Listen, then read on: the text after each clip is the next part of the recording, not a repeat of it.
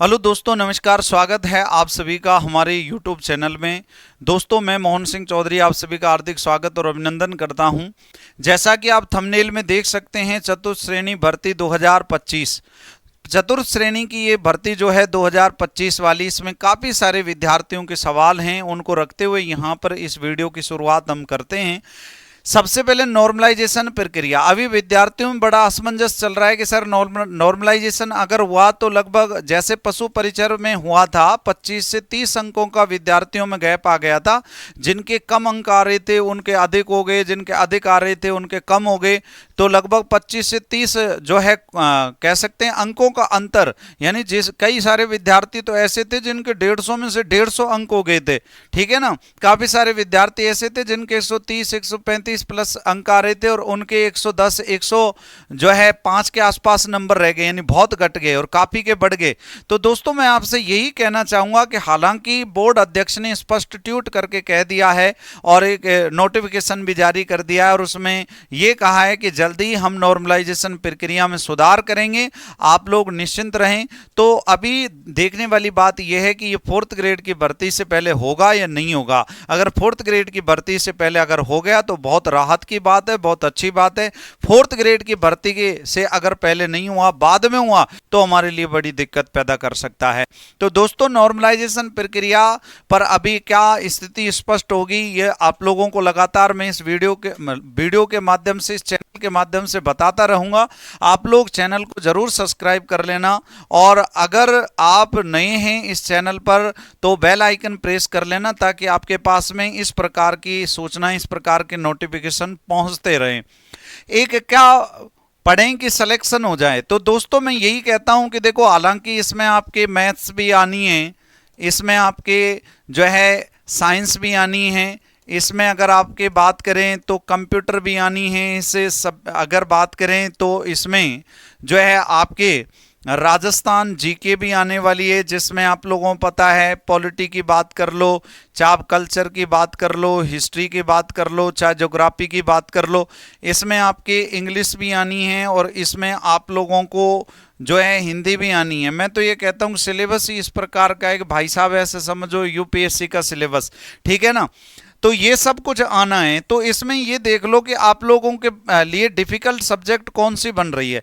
मान लो फिलहाल जैसे मैथ्स बन रही है तो मैथ्स है, कंप्यूटर है, इंग्लिश है। ये 3 से 4 सब्जेक्ट ऐसे हैं जो आपके लिए नए हो सकते हैं या कंपटीशन की तैयारी करने वाले विद्यार्थियों के लिए डिफिकल्ट हो सकते हैं। मैं ये कहता हूं सबसे पहले इन्हीं को तैयार करो आप और कम से कम इनका 3 से 4 बार रिविजन करो भाई।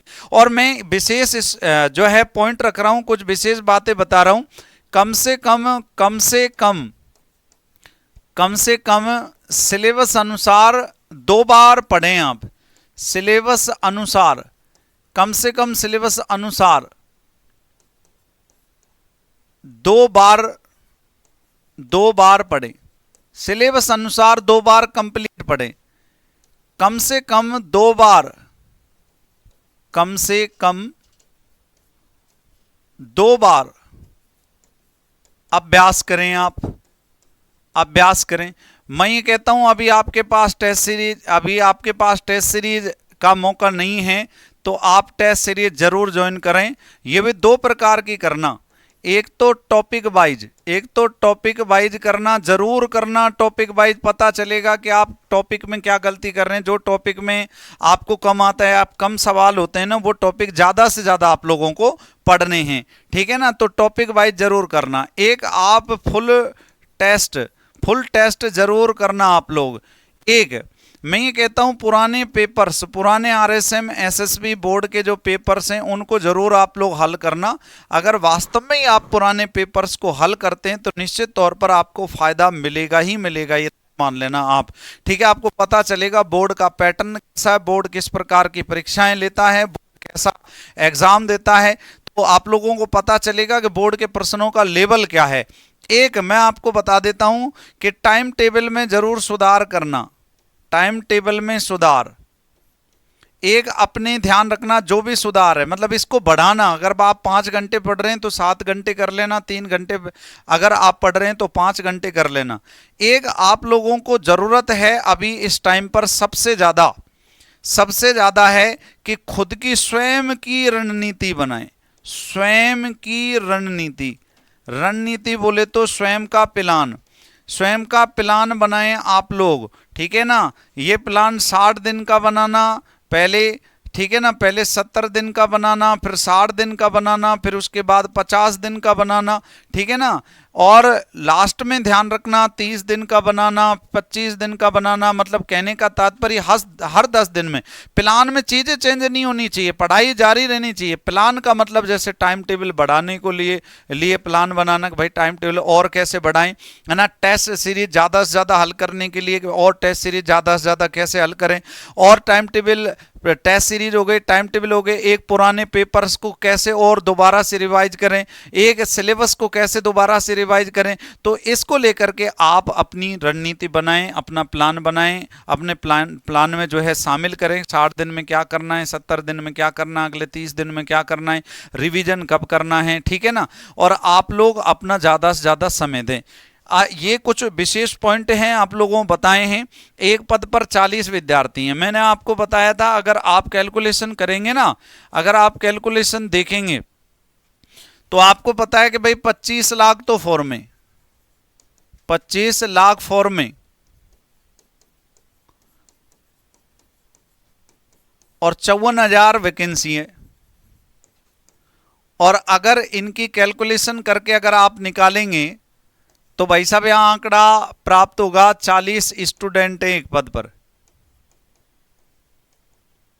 एक पद बराबर 40 स्टूडेंट है लगभग।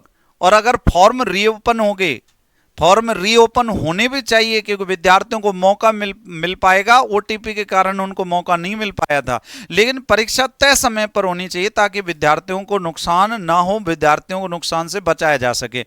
पेपर अगर खिसके भी तो 8-10 दिन, इससे ज्यादा नहीं, कि विद्यार्थियों को बहुत नुकसान हो जाएगा। विद्यार्थी लाखों पैसे जो है खर्च कर देता है, और ऐसा तो है नहीं भाई पैसा कोई बरसता है, पैसा बरसने तो वाला है नहीं।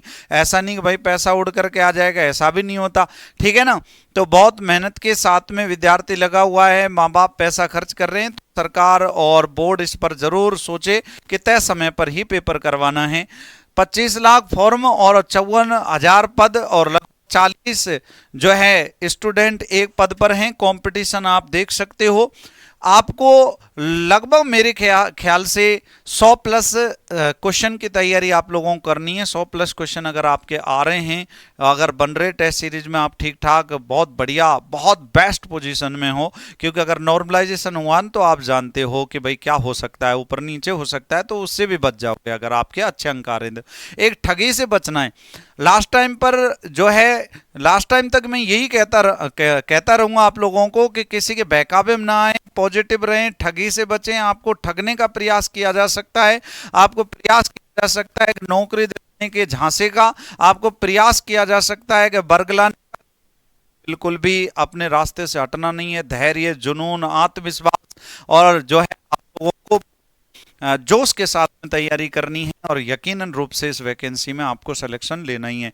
एक अपनी मेहनत पर विश्वास रखें, बिल्कुल अपनी मेहनत पर विश्वास। जिसने भी अपनी मेहनत पर विश्वास नहीं किया वो जिंदगी में असफल ही हुआ है, लेकिन जिसने अपनी मेहनत पर विश्वास किया है, उसने विश्वास किया कि मेरा ही होगा। अगर एक अभिमान अलग चीज है, विश्वास अलग चीज है।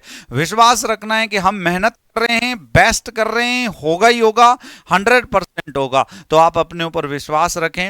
अब ऐसा तो करना मत कि आप पढ़े नहीं और आपके अंक नहीं आए और आपने कहा कि सर हम तो विश्वास रख रहे हैं अपने ऊपर, तो ये तो गलत बात है। कर्म आपको करना ही पड़ेगा। भगवान श्री कृष्ण ने ये कहा है कि कर्म न करने की बजाय कर्म करना श्रेष्ठ होता है। तो कर्म तो आपको करना ही पड़ेगा, बिना कर्म के किसी भी फल की इच्छा नहीं की जा सकती। तो दोस्तों मैं यही कहूंगा कि अपनी मेहनत पर विश्वास रखें, आप जो कर रहे हैं बेस्ट कर रहे हैं।